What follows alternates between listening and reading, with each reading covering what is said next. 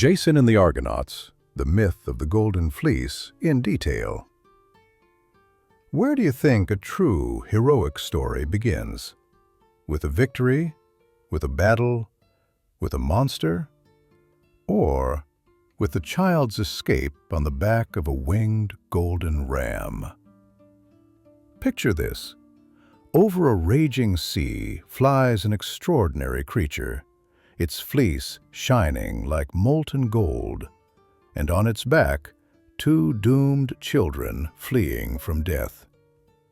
One will fall into the depths and forever give his name to a strait. The other will reach a distant land where his gift, the very skin of that ram, will become a treasure that generations later will draw an entire fleet of heroes. This fleece will become the Golden Fleece, a symbol of power, the favor of the gods, and the source of countless tragedies. The story of Jason and the Argonauts is not just another Greek myth briefly mentioned in school textbooks. This is a vast, multi-layered tale where politics, divine will, human passions, and the price of ambition intertwine. This story contains everything audiences value: dramatic family conflicts, the struggle for justice, cunning against brute force, love that both lifts up and destroys. This myth is especially important because it reflects the real fears and dreams of the ancient Greeks.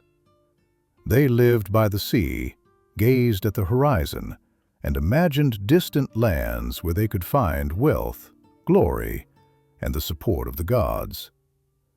The Argonauts' journey to Colchis resembles both trading expeditions and military campaigns, while simultaneously representing the inner journey of a hero who wants to reclaim what is rightfully his, only to discover that every desire comes with a price. For those of us accustomed to complex series and emotional dramas, the myth of the Golden Fleece sounds remarkably contemporary. There are no purely right or wrong characters here. Each hero carries their own truth and their own guilt. Chapter 1. Backstory and the Family Curse. To understand why the quest for the Golden Fleece became possible at all, we must go back several generations to the children of King Aeëtes, Phrixus, and Helle. Their story rivals any tragedy where the innocent pay for others' schemes. Aeëtes was married to Nephele, the cloud goddess, but later took a mortal woman, Ino, as his wife. The new wife, as often happens in myths, came to hate the children from the first marriage and decided to eliminate them. Then Nephele received an unusual gift from the gods, a winged ram with golden fleece. This ram was no ordinary animal. It understood speech, could fly, and was destined for one purpose: to save the children. When mortal danger loomed, Phrixus and Helle climbed onto its back, and the ram soared into the sky. Imagine, over raging waves flies a radiant creature, and the wind beats against the faces of children who understand there is no turning back. But miracles do not cancel tragedy. Over one of the straits, Helle lost her grip and fell into the water. From that time on, this strait was called the Hellespont, Helle's Sea, a silent monument to her fall. Phrixus, however, reached distant Colchis, a land that for the Greeks was almost the edge of the world, a mysterious country in the east. There ruled King Aeëtes, son of Helios, the sun god. Phrixus sacrifices the golden ram to Zeus and gives its skin, that very radiant fleece, to Aeëtes. The king understands the value of this gift. He hangs the fleece in a sacred grove on the branches of a tree and entrusts its protection to a monstrous dragon that never sleeps. Thus, the Golden Fleece becomes not merely a beautiful object, but a sacred relic connected to divine will and the blood of innocence. Meanwhile, in another kingdom, in Aeolus, a different drama is brewing. There, Aeson, Jason's father, should have been king, but power is seized by his half-brother Peleus. The usurper fears not only people, but prophecies. An oracle, as often happens in Greek stories, promises him death at the hands of a man wearing one sandal. It seems a strange detail, almost trivial, but it becomes the key to fate. Jason grows up far from home, under the protection of the wise centaur Chiron, who raises many heroes. When Jason becomes an adult, he decides to reclaim his father's throne. On the road to Aeolus, he helps an old woman cross a turbulent stream. This is a simple, humanly understandable act.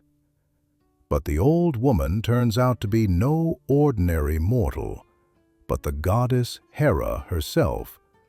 And during the crossing, Jason loses one sandal. Thus he appears before Peleus, young, determined, wearing one shoe. Peleus recognizes the sign of prophecy and understands who stands before him. To kill his nephew openly is dangerous. The people might not accept such a decision. Instead, Peleus chooses a more cunning path.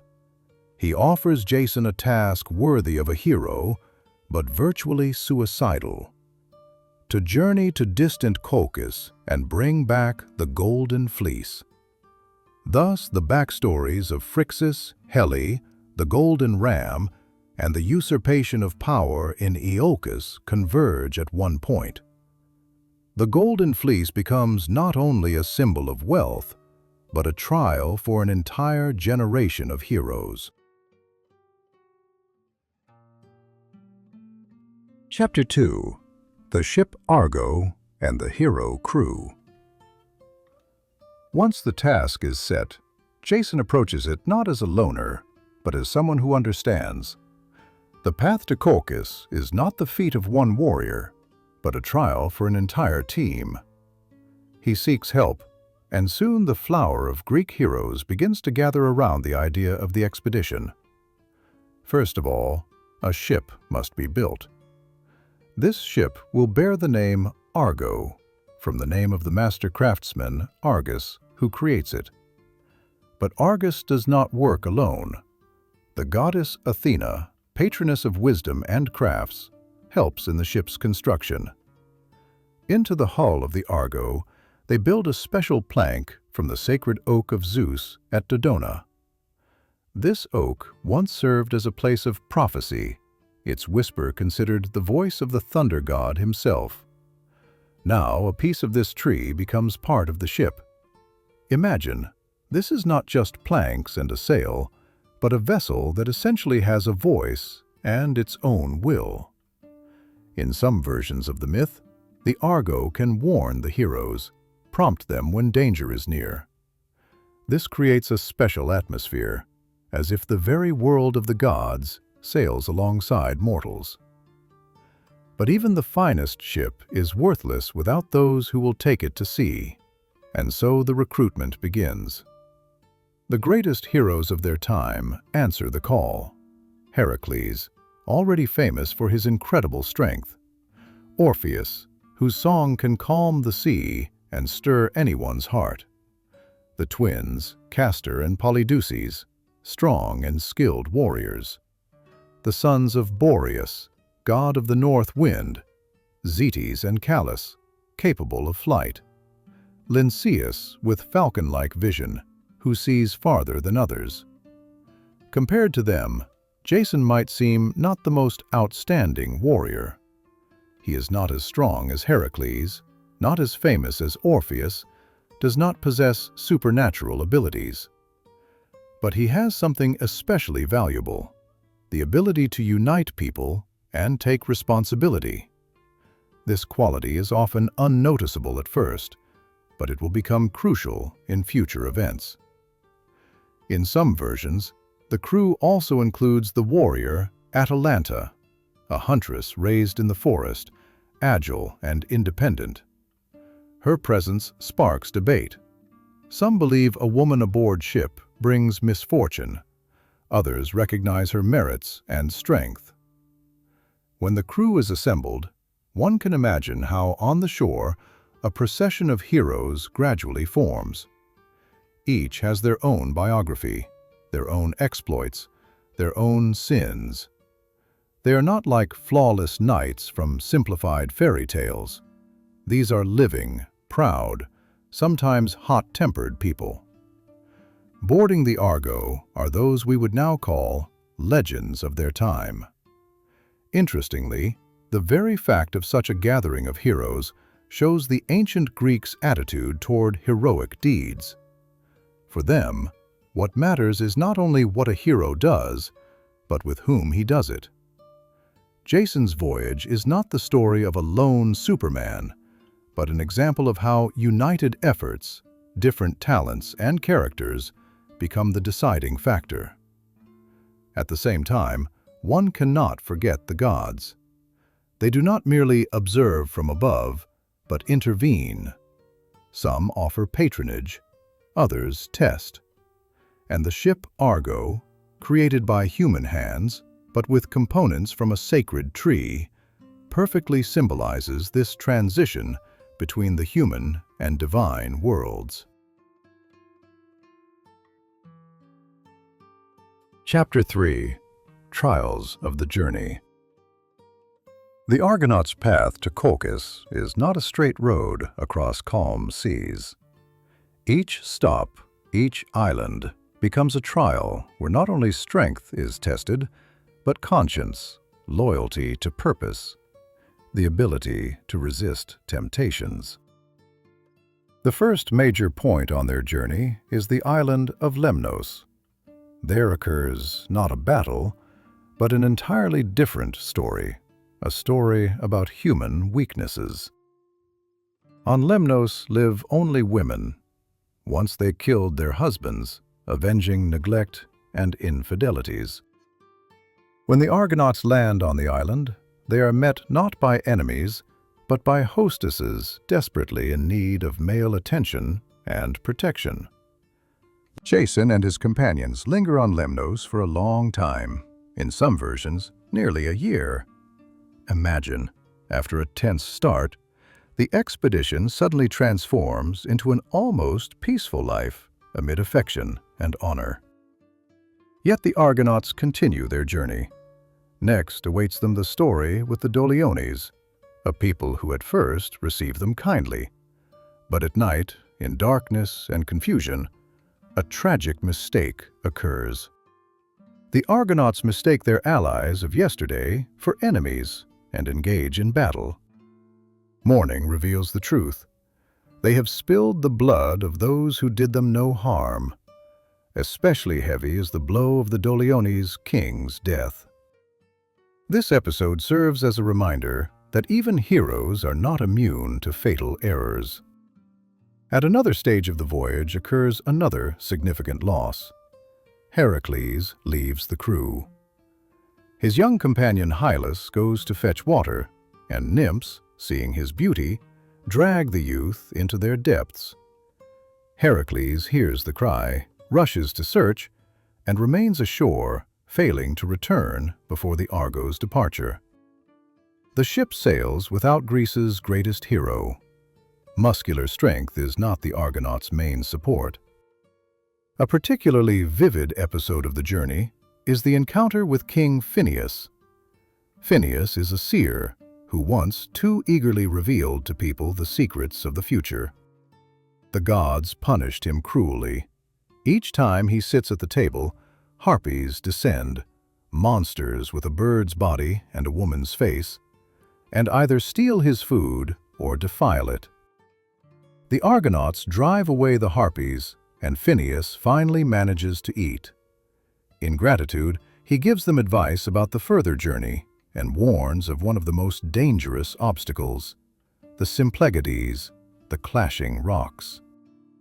The Symplegades are not merely a dangerous strait, they are an allegory of a horizon that constantly compresses, threatening to crush everything that tries to pass between the barriers. On Phineus's advice, the Argonauts first release a dove ahead of them. The rocks close and nearly tear off its tail, but the bird survives, which means there is a chance to pass. When the Argo enters this deadly corridor, the rocks begin to converge again. The Argonauts lean on their oars with all their might. At the moment when it seems impact is inevitable, the goddess Hera, or Athena herself, comes to their aid. With one hand, she holds back the rock. With the other, pushes the Argo forward with such force that the ship bursts free like an arrow, losing only part of the stern's ornaments. After this, the Symplegades forever lose their destructive power. The trials of the journey teach the Argonauts several things. One cannot relax too much, even amid pleasures. One cannot avoid mistakes, no matter how noble the goal. And one cannot rely solely on brute force.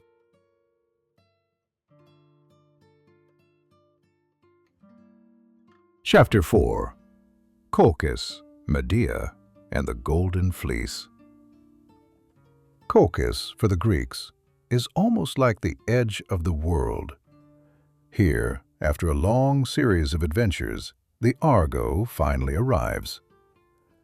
The king of this land, Aeëtes, is not like a friendly host awaiting guests. He knows he possesses what others need, the Golden Fleece, a sacred relic, and he has no intention of parting with it easily. When Jason declares his purpose, Aeëtes sets conditions that seem impossible.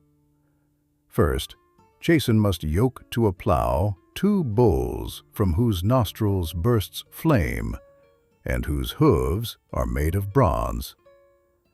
These are not merely heavy animals. They are living instruments of destruction. Second, after plowing the field, he must sow the furrows with dragon's teeth. From these teeth will grow warriors, the Spartoi, armed and ready to kill. Jason must defeat them in combat. At first glance, this is a dead-end situation. But another character intervenes in the myth, Medea. She is not merely Aeëtes' daughter. She is a priestess and sorceress, connected to magical forces. The gods also do not remain aloof. According to one version, Hera and Aphrodite arrange for the god of love to strike Medea's heart with an arrow. She falls in love with Jason. She falls not like a girl for a fairy tale prince, but like a woman ready to go against her own home, her own people, her own father. Medea offers Jason help. She gives him a special ointment that makes the body invulnerable to fire and iron for 1 day. With this protection, Jason approaches the fire-breathing bulls, grabs them by the horns, and forces them to submit. Then he plows the field and scatters dragon's teeth along the furrows. From the earth rise the Spartoi, warriors born instantly in armor, ready to kill. They cannot be defeated in honest, direct combat. And here again, not only strength matters, but cunning. Jason throws a stone into the midst of the warriors. Not understanding where the blow came from, they begin fighting each other. In the end, the Spartoi destroy themselves, and Jason remains alive. It would seem the trial conditions are fulfilled, but Aeëtes still does not rush to give up the Golden Fleece. He never intended to release such a relic, even if the guest completes the tasks. Then Medea makes her final choice. At night, she leads Jason to the sacred grove where the fleece hangs on a tree, guarded by a dragon. The dragon in this myth is not merely a beast, but a symbol of the insurmountable barrier between mortals and the gifts of the gods. In different versions of the story, Medea either sings incantations or gives the monster a sleeping potion. The dragon falls asleep, and Jason removes the radiant fleece from the tree. The Golden Fleece is finally in his hands. However, along with the fleece, Jason takes Medea with him. This is not simply the escape of a couple in love. This is the betrayal of an entire country and family. When the Argonauts leave Colchis, Aeëtes gives chase. To delay her father, Medea takes a step that looks terrifying even in the world of myths. Two main versions exist.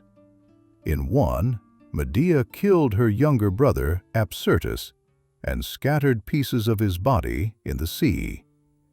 In another, Apsyrtus himself led the pursuit, and Medea lured him into a trap where Jason killed him. After this, Jason and Medea are forced to undergo purification by the sorceress Circe. The Golden Fleece turns out to have been obtained at the price of innocent blood, betrayal, and a destroyed family.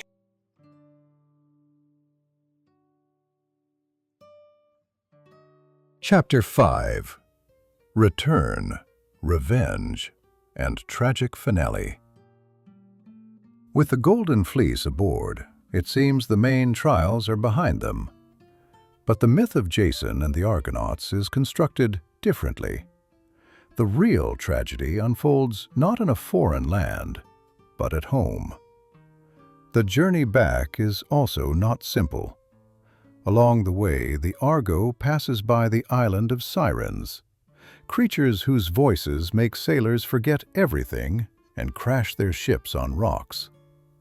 Orpheus saves the Argonauts. His song drowns out the sirens' call, and the crew, instead of succumbing to the enchanting voice of death, listens to a melody that leads them onward. This is one of those episodes where the myth reminds us art and music in the ancient Greek world are not decoration, but a force comparable to weapons. Finally, the Argo returns to Aeacus. It would seem this is it, the triumphant conclusion of the voyage. The hero returns with the relic, proves his valor, receives the throne. But Peleus, the usurper, is in no hurry to part with power. Then Medea enters the fray again. She stages a cunning demonstration. Before Peleus's daughters, she takes an old ram, cuts it up, and boils it in a cauldron with herbs. From the cauldron leaps a young, rejuvenated ram. Medea convinces the girls that she can rejuvenate their father the same way. Blinded by hope, they themselves cut up Peleus and throw pieces of his body into the cauldron. But no miraculous rejuvenation occurs. Peleus perishes. This episode vividly shows to what degree Medea is prepared to use both deception and cruelty for Jason's sake. However, Peleus's death does not lead to a happy ending. The people of Aeacus do not accept Jason, implicated, albeit indirectly, in such a brutal execution. Jason and Medea leave for Corinth. There they live for some time. They have children. But Jason makes a decision that becomes the last mistake of his life. To strengthen his position, he decides to marry the daughter of Creon, the Corinthian king, leaving Medea. In his eyes, this is perhaps a politically sound move. In her eyes, betrayal. Medea, who has endured separation from her homeland, betrayal of her father, the murder of her brother, exile, and life in a foreign country, now faces being simply cast aside for political advantage. In the myth, she does not become a victim who meekly departs. On the contrary, her response becomes one of the most terrifying and discussed scenes in all of ancient Greek mythology.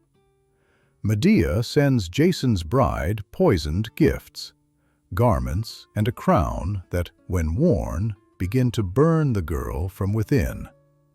Not only the bride perishes, but also her father, who tries to save her. Then Medea commits what many scholars call the pinnacle of tragic horror. She kills her own children by Jason. In different versions of the myth, the motives and details of this murder differ, but the essence is one. She deprives Jason of heirs, cuts off his lineage. After this, Medea departs, in some versions, on a chariot drawn by winged serpents, granted by her grandfather, Helios. Jason remains alone. He does not perish immediately in battle or by an enemy's hand. He gradually ages, transforming from a hero into a man living on memories of former glory. His death is also symbolic. One day, Jason comes to the place where stands the old, already rotting Argo. The ship that once embodied hope and courage has turned into ruins.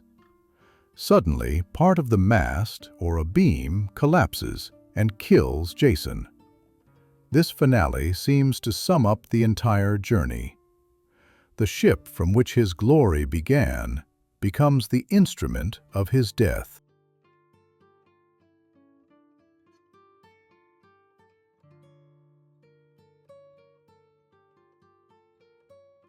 Conclusion.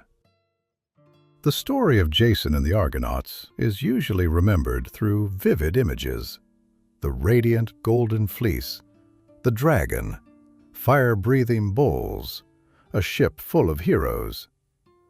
But if we look deeper, it becomes clear that the main thing in this myth is not the wonders, but the price people pay for their desires. Jason sets out as a man seeking to reclaim his rightful throne and justice.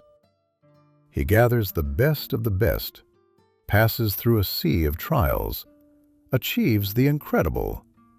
He obtains a relic hidden almost at the edge of the world, with the help of the gods and the love of a woman who sacrifices everything for him. It would seem this is the path of a victor. But each time he approaches his goal, something happens that casts a shadow over his success. The Golden Fleece is obtained at the price of Medea's brother's blood. The throne in Aeacus is not attained because power is tainted by Peleus's murder. In Corinth, political calculation turns into personal catastrophe in which children perish. Medea, in turn, also cannot simply be called a villain. She saves Jason, helps him, betrays her family, and in return receives rejection and humiliation. Her terrible revenge is born not from nothing, but from accumulated pain and a sense of injustice. For audiences raised on complex characters and moral dilemmas, this myth resonates especially deeply. There is no pure, flawless hero here, no simple answer to the question of who is right and who is wrong. There are people, gods, fate, and a chain of decisions, each of which leads further, to glory, to crime, to retribution. And perhaps the main lesson of the myth of the Golden Fleece is that a great goal in itself does not make a person right. What matters is not only where one is going, but how one gets there, whom one is willing to lose along the way, and what price one considers acceptable. And now a question for you. Who among the heroes of this story evokes more sympathy in you? Jason, Medea, or those whose fates they break on the path to the Golden Fleece? If you appreciate this detailed analysis of myths, support the Myths of Antiquity channel with a subscription and like. It will help continue telling ancient stories in a way that makes them sound vivid and truly meaningful.